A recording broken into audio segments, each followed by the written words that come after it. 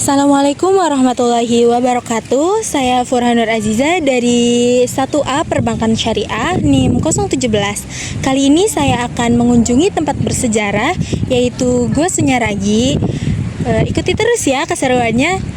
Bangunan Senamba teh yang dibangun tahun 1990 untuk acara-acara di Sunyaragi, dan batu yang digunakan juga di bagian panggung budaya, batu karang lautnya sedikit, lebih banyak ke batu gunung atau cadas. Nanti yang full menggunakan batu karang laut itu di bagian dalam situsnya.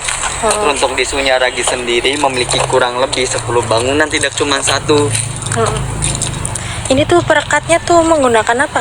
Untuk Sunyaragi sendiri, untuk bagian panggung kita di sini sudah mengenal semen teh. Tapi kalau untuk bagian Dalamnya? situs cagar budaya itu menggunakan pasir gunung yang bisa disebut dengan atras yang sudah mengandung semen alami. Iya. Yaitu dengan perpaduan putih telur atau petindok seperti candi-candi. Oke.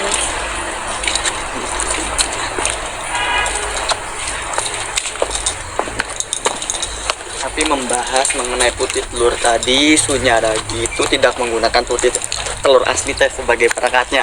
Itu hanya sebatas makna kiasan saja.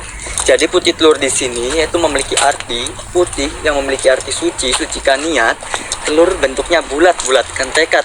Jadi orang dulu ngebangun Goa Sunyaragi itu digambarkan dengan niat yang suci, tekad yang bulat seperti putih telur, tidak menggunakan putih telur asli. Hanya Jadi sebatas makna kiasan saja. Dan untuk Sunyaragi sendiri sebetulnya itu bukan goa teh, melainkan Kuha Sunyaragi. Kuha sebetulnya pakai H. Jadi di sini kita untuk perbedaannya goa dengan kuha, untuk goa itu terjadi secara alami, timbul sendiri. Sedangkan kuha itu buatan atau bikinan tangan manusia, tapi usianya sudah ratusan tahun. Kita nanti bisa masuk. Oke. Ini tuh tempat apa ya? Untuk bagian bangunan depan kita, ini namanya Gedung Pesanggerahan teh. Untuk bagian Gedung Pesanggerahan dibangun pada tahun 1848 oleh keturunan Sunan Gunung Jati yang bernama Ibunda Ratu Adima. Yang kegunaan dahulu sebagai tempat bermalam, tempat istirahat keluarga Sultan Cirebon jika berkunjung ke Sunyaragi. Untuk bagian kamarnya kanan kiri kita, namun sekarang sudah dialih fungsi, sudah dijadikan gudang. Untuk bagian gedungnya juga sudah jadi gedung serbaguna. Kita di sini boleh buat disewa-sewakan kalau ada acara seperti orang reuni, orang nikah dan lain-lain. Kita di sini untuk gedung pesanggerahan dalam segi arsitektur mengandung 3 unsur arsitektur. Yang paling mencolok bagian tiang pilar besar ala Belanda Eropa. Untuk bagian yang kayu-kayu, bagian joglo yang kita injak, ini Jawa Indonesianya.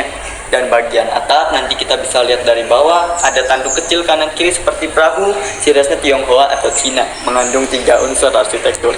Jadi sama kayak halnya dulu nama Cirebon, yaitu Caruban, yang berarti campuran atau perpaduan sebelum namanya Cirebon.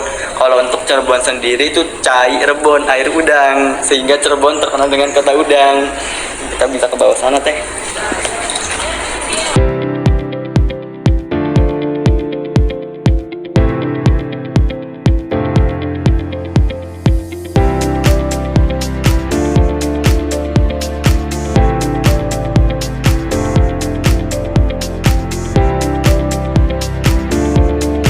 Memiliki kolam, dan dahulu juga teruntuk Sunyaragi itu dibangunnya di tengah danau teh yang bernamakan Segaran Amparan Jati. Jadi segaran itu artinya danau besar, Amparan Jati banyak dikelilingi oleh pohon-pohon jati, sehingga kayak tamu keluarga sultan yang mau berkunjung ke Taman Sari Gua Sunyaragi harus menggunakan perahu kecil rakit atau getek biar bisa nyampe ke Sunyaragi. Berarti ini tuh kolam. Tampungan air teh kolamnya. Tampungan air, Itu kebanyakan kolamnya. orang salah ngira nyangkanya tempat pemandian padahal bukan tempat mandi. Tapi Karena kolam orang ya, kolam untuk tampungan penampungan air. Karena orang dahulu belum mengenal kayak AC, Iya. belum ada kipas angin baik sebagai penyejuk ruangan goa, pakainya air untuk Iya, menunjukkan berarti ruangan-ruangan ditampung goanya. di Ditampung sini di ya. sini untuk air segaran Amparan Jatinya. Lalu dialirkan masuk ke bagian dalam sana. Dari ujung sana sampai ke ujung sana ada irigasinya buat ngalurin air ke dalam. Jadi pakainya tampungan ya Tampungan, dulu betul. tuh. Dan Sunyaragi untuk bagian situs awal dibangun pada tahun 1596 sampai dengan 1788. 200 tahun pembangunan itu melalui 3 kali tahap komplek pembangunan, tidak sekaligus jadi. Untuk komplek pertama yang membangun bernama Pangeran Mas Zainul Arifin, pembangunan kedua Pangeran Kararangan Arya Cirebon, Dan yang ketiga Sultan Matangaji atau Sultan Safiuddin. Untuk ketiga-tiganya itu keturunannya Sunan Gunung Jati atau Syekh Syarif Hidayatullah. Tujuan dibuatkannya bangunan Sunyaragi itu sesuai namanya. Sunyaragi yang berasal dari dua kata. Sunya itu artinya sunyi atau sepi, ragi itu raga. Dalam bahasa Jawa, penyepi raga digunakan sebagai tempat menyepi, tempat mensunyikan diri keluarga Kesultanan Cirebon. Dan material yang digunakan Sunyaragi bisa kita lihat bangunannya menggunakan batu karang laut. Yang dimana di tempat wisata Cirebon yang lain tidak ada teh, cuman di Sunyaragi saja yang pakai baru di sini ya yang menggunakan batu karang. Tapi kita di sini untuk pengambilan batu karang lautnya itu bukan dari laut utara Cirebon, karena laut utara Cirebon itu pelabuhan, nggak punya batu karang laut, sehingga pengambilannya dari laut selatan, lebih tepatnya Pantai Baron, Gunung Kidul, Yogyakarta. Yang direkatkan menggunakan pasir gunung dengan putih telur tadi. Mangga kita bisa ke dalam sana.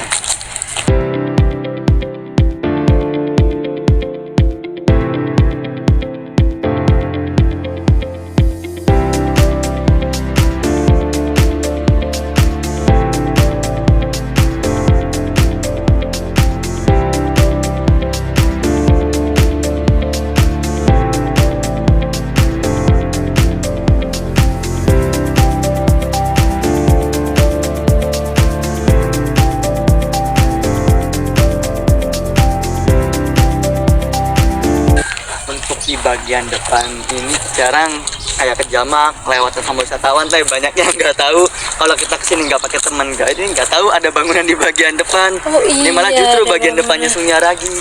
Ini bagian depannya depannya. Untuk bangunan goanya kita mulai dari bagian sebelah sana. Itu ada yang namanya Goa Pengawal. Goa Pengawal sendiri digunakan sebagai tempat peristirahatan para pengawal sultan, yang bila mana ada pengawal nganter sultan ke Sunyaragi, tempat beristirahatnya di bagian Goa Pengawal. Jadi ini Goa Pengawal tuh buat apa tadi? Tempat istirahat para pengawal sultan. Tempat istirahatnya ya. Istirahat.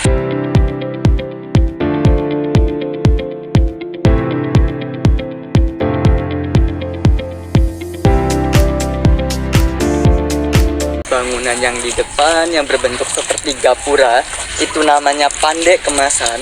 Pandek Kemasan namanya. Pandek sendiri artinya pandai, kemasan itu cenderamata. Jadi untuk bagian Pandek Kemasan sebagai tempat pembuatan cenderamata, pembuatan alat tajam atau perabotan rumah tangga yang terbuat dari logam teh. Itu karena dibilang ilegal sama Belanda pada tahun 1790 bagian Pandek Kemasan dibom karena termasuknya ilegal, karena pembuatan alat tajam juga. Banyak kelihatan sudah tidak utuh bangunannya. Nah, kita lanjut ke sini.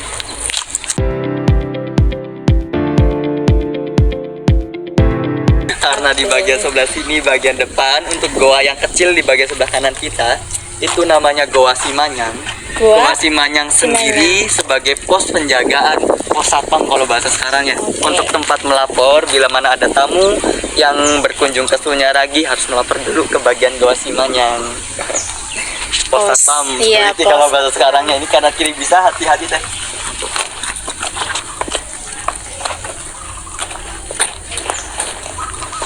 Kita lanjut untuk bangunan yang di depan kita itu namanya Bangsal Jinem. Bangsal sendiri artinya ruangan atau tempat. Jinemnya memiliki dua makna teh. Bisa kata, bisa angka. Makna dari angkanya dulu ya. Angkanya dulu. Jinem itu diambil dari kata siji dan enam. 1 dan 6. Jinem. Yang makna atau artinya untuk 6 tersebut diambil dari rukun iman dalam Islamnya ada 6 atau 6.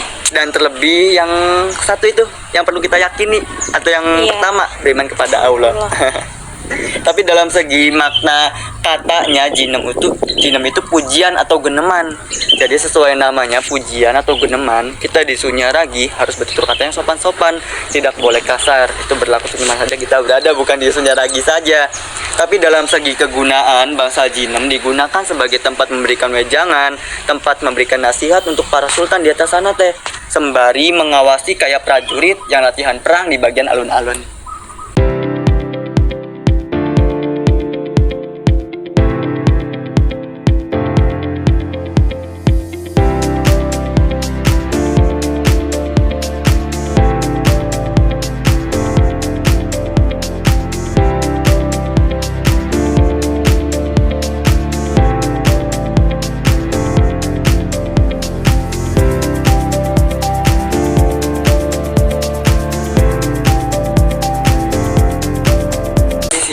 namanya itu mande beling. Iya. Mande yang berarti kan tempat duduk, beling artinya pecahan keramik atau kaca.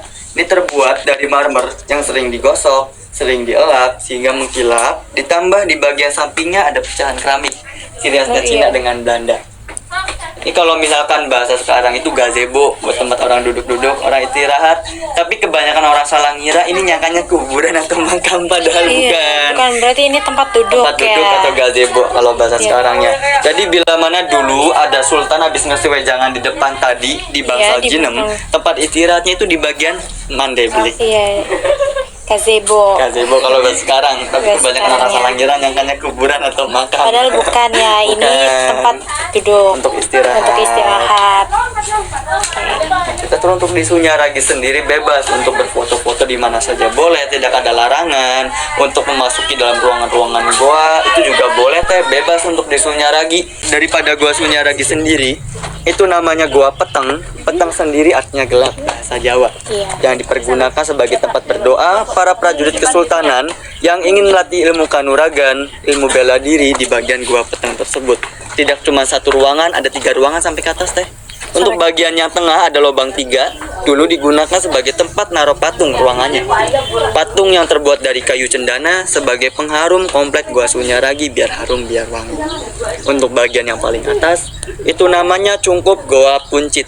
Puncit artinya puncak paling tinggi yang dipergunakan sebagai menara pengawas, menara pengintai yang mendiami prajurit yang pandai memanah, pandai menembak kalau sekarang untuk mengawasi sekitar Gua Sunyaragi biar tidak ada penyusup masuk, Iya. dijaga dari atas. Jaga dari atas biar Betul. kelihatan semuanya. Biar kelihatan semua. Dan di bagian bawah-bawahnya ada 2 bangunan lagi. Sebelah kanan sana itu ada patung gajah. Iya. Patung gajah dibangun di Sunyaragi sebagai lambang tunggangan sultan. Kenapa harus gajah? Karena gajah terkenal dengan kekuatan dan kegagahannya. Dan di bagian sebelah kiri itu yang bentuknya persegi, namanya Goa Langse. Langse tersebut diambil dari bahasa Cina kuno yang artinya tirai. Tirai tersebut bukan terbuat dari kain, terbuatnya dari air. Yang dahulu dari bagian atas goanya itu ada gemericik air yang membuat tirai sebagai Iya. bentuk penghalang untuk orang yang di dalam yang lagi tawasul. Jadi kalau misalkan orang dari dalam bisa lihat orang yang di luar, Tapi orang yang dari di luar luarnya nggak bisa ke lihat dalam. ke dalam.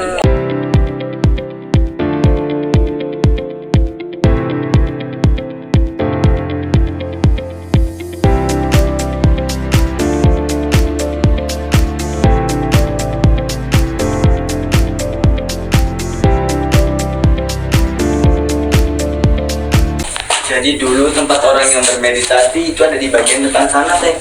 Ruangannya kecil, hanya cukup untuk 1 orang karena tujuannya menyepi. Kalau misalkan nyepi lebih daripada kayak 1 orang, kayak 2 orang, 3 orang, jadi bukan nyepi lagi, malah ngerumping ngobrol.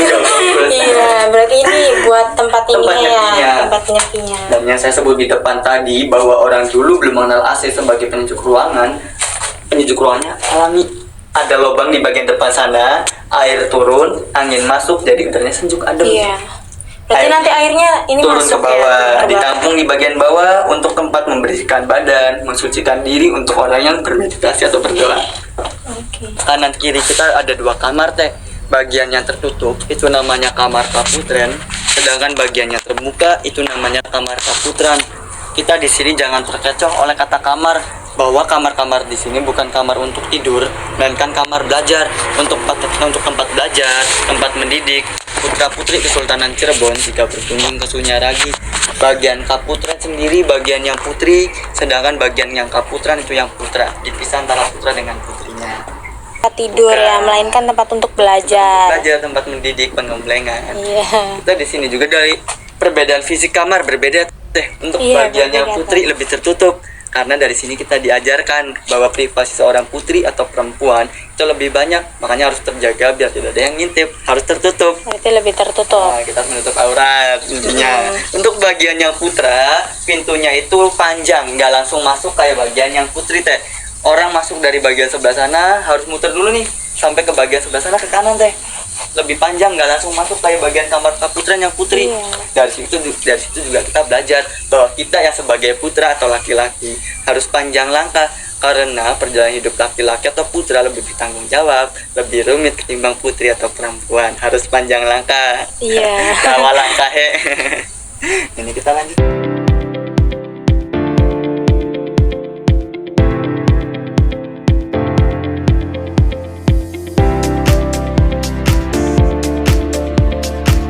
ini bangunan yang paling banyak pemugarannya di Sunyaragi. Dulu bagian yang kita injak tidak menggunakan cor beton semen, tidak ada penyangga kaki-kaki batu bata yang bawah. Full kayu semua teh, kayu jati yang mengapung di atas air, dinamakan dengan balai kambang. Balai kambang. Balai kambang atau balai mengapung. Balai artinya tempat, kambang itu mengapung di atas air. Karena yang saya sebutkan di depan tadi, bahwa Sunyaragi dibangunnya di tengah danau untuk pemasok air agar bisa masuk sampai ke bagian bawah balai kambang. Kelihatan teh, untuk bagian tembok-temboknya Iya. lebih rendah. Untuk pemasok air Segaran Amparan Jati bisa masuk ke bagian bawah balai kambang. Berarti ini tuh di bawahnya tuh Air. Dan balainya juga terombang-ambing di atas air. Namanya balai kambang karena full terbuat dari kayu jati bukan cor beton. Dulu bagian balai kambang digunakan sebagai tempat tawasul, tempat menabur rebana atau alat musik yang diadakannya malam hari yang mengandalkan sinar bulan purnama sebagai pencahayaannya. Dan dari balai kambang kita diajarkan bahwa kita hidup di dunia sebagai manusia tidak boleh meniru seperti balai kambang. Kita sebagai manusia harus memiliki satu tujuan, harus teguh agar tidak mudah terombang-ambing seperti balai kambang ini. Ini kalau misalkan manusia nggak punya pegangan, tidak teguh, mudah terombang-ambing, pelin-pelan. Pelin-pelan. Kita lanjut bisa ke bagian sebelah sana. Kita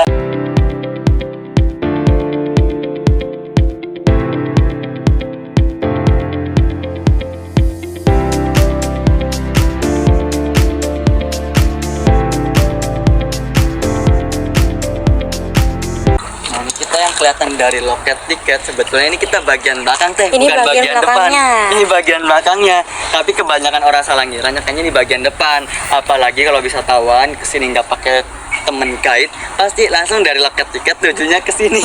Karena nyangkanya Iya, bagian kemarin. depan. Iya, Ini kemarin bagian langsung belakang. kesini. Pembuatan goanya juga nih yang paling terakhir, lebih modern, kelihatan lebih banyak batu bata ketimbang batu karang laut.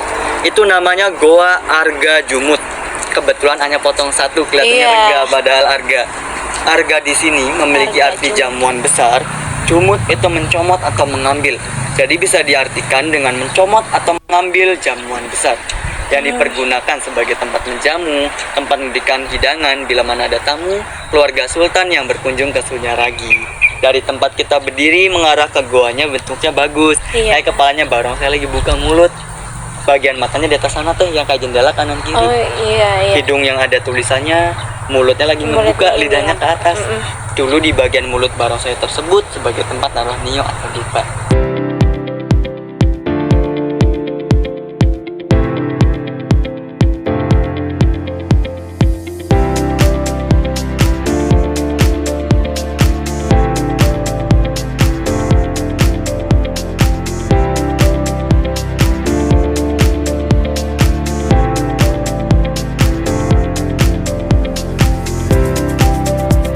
Bahwa di Sunyaragi ini sendiri di belakang Goa Arga Jumut ada dua ruangan, dua pintu yang menuju Mekah sama ke Cina. Iya. Pernah dengar? Iya, pernah dengar. Jadi di bagian sebelah sini saya punten, kita kelihatan semua dari bagian sebelah sini. Jadi untuk ruangan atau pintu yang menuju Mekah sama ke Cinanya Sunyaragi ada di bagian depan kita. Bagian sebelah kiri ini yang Mekah, bagian sebelah kanan itu yang Cina. Dan di sini kebanyakan orang salah mengira, nyangkanya kita masuk ke dalam ruangan atau pintunya bisa langsung tembus sama badan kita ke Mekah sama ke Cina, padahal enggak teh. Enggak, berarti itu mitos. Nah, jadi tetap orangnya itu masuk ke dalam, Iya. itu untuk berdoa, berpuasa, tafakur tirakat, jiwanya saja yang ke sana, nggak sama badan-badannya bisa tembus ke sana. Neraga Iya, sukma iya, kata orang iya. Jawanya. Iya. Tapi di sini kenapa untuk ruangannya itu harus Mekah sama ke Cina? Itu dalam segi hubungan, bagian yang Mekah itu berhubungan dengan ibunda daripada Sunan Gunung Jatinya teh, yang bernama Ibunda Ratu Adimah. Punten, Ibu Nyimas Rara Santang punten, iya. itu menikah dengan pangeran Mesir kuno namanya Syekh Syarif Abdullah. Itu ketemunya pas lagi haji di sana di tanah Oh, suci. ketemunya ya. Itu menikah memiliki dua keturunan, Sunan Gunung Jati atau Syekh Syarif Hidayatullah dengan Syekh Nurullah yang menetap di sana menggantikan bapaknya. Sehingga untuk dalam segi hubungan ada bagian yang Mekah.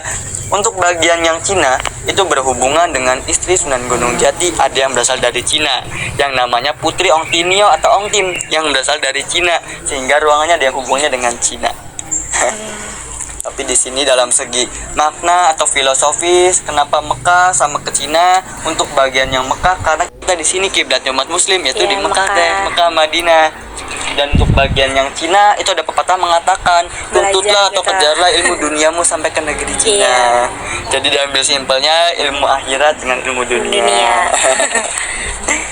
Dan di sini sesuai namanya arga jumut, jamuan besar yang diambil atau yang dicomot. Ini di bagian sebelah sini teh untuk naruh makanannya. Oh, jadi ini tuh Nah, ini buat tempat naruh makanan. ya, tempat Kita yang makanan. sebagai tamu comot atau ambil makanan di sini, makan di bagian dalam sana. Berarti tadi lewatnya dari sana Dari itu, sana ke terus sini, masuk ke lagi. sini. Tapi kita kalau untuk melanjutkan rute turun ke bawah.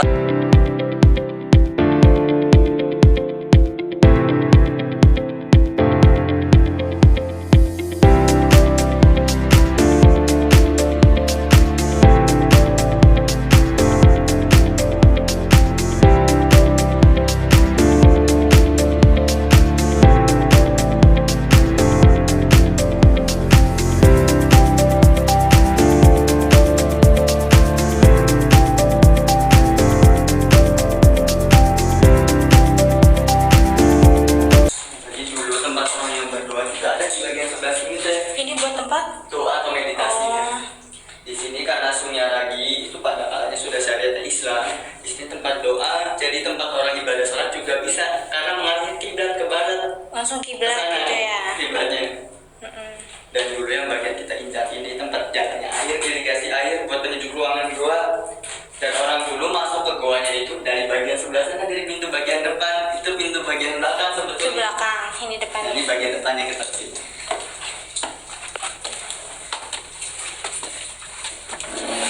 Untuk tadi goa yang kita masuki itu namanya Goa Padang Ati. Padang sendiri artinya terang, Ati itu hati, hati yang terang maksudnya. Itu banyak dituju oleh kesultanan yang banyak masalah, banyak pikiran, berdoa di dalam agar sesuai namanya Padang Ati yaitu terang hati, tempat menenangkan diri bila mana banyak masalah.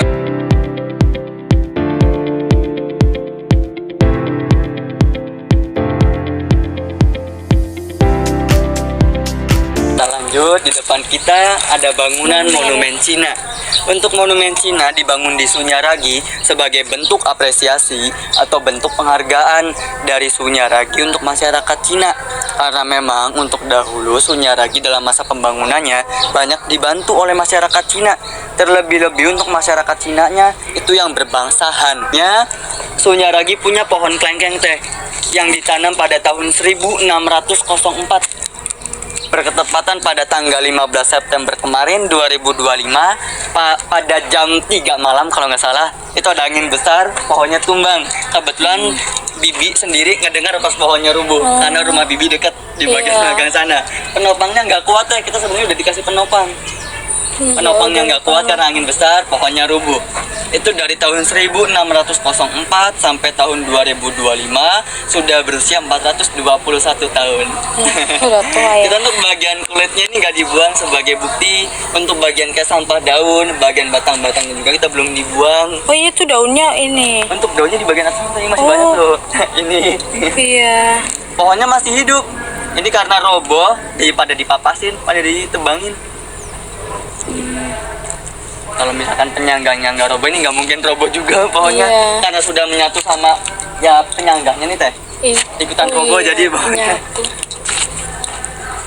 Kita lanjut ke bagian depan sana, ada dua bangunan. Untuk bagian yang sebelah kanan itu namanya patung Garuda dililit ular. Itu kebetulan paruh Garudanya patah, kepala ular di tangan bagian sebelah kiri lagi di cengkramnya itu patah teh. Makanya kelihatan lebih ke manusia timbang burung Iya. Garuda. Itu kalau misalkan mohon maaf masyarakat Hindu atau orang Hindu nyebut namanya Jatayu. Jatayu. Jatayu nanti bisa searching di Google. Jadi Iya. setengah Garuda, setengah manusia. Dan dahulu juga nama Garuda itu tidak ada. Namanya Garudea, yaitu Garudea. lambang kegagahan. Dan mengapa menghadapnya ke timur? Memiliki filosofis, songsonglah kehidupanmu dengan kegagahan. Di balik kegagahan penjajahan tersebut tidak luput yang dari namanya masalah, yaitu ular yang sedang melingkar lambang masalah.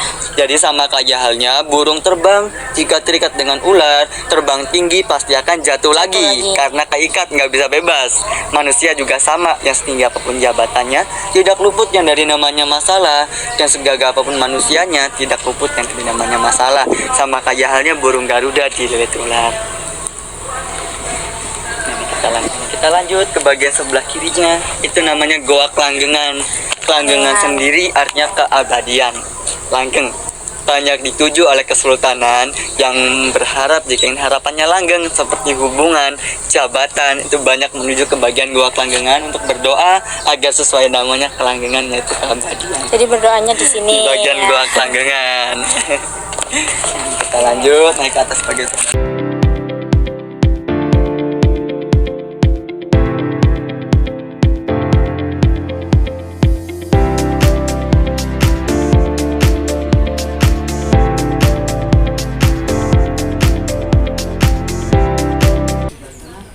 Namanya Goa Pawon.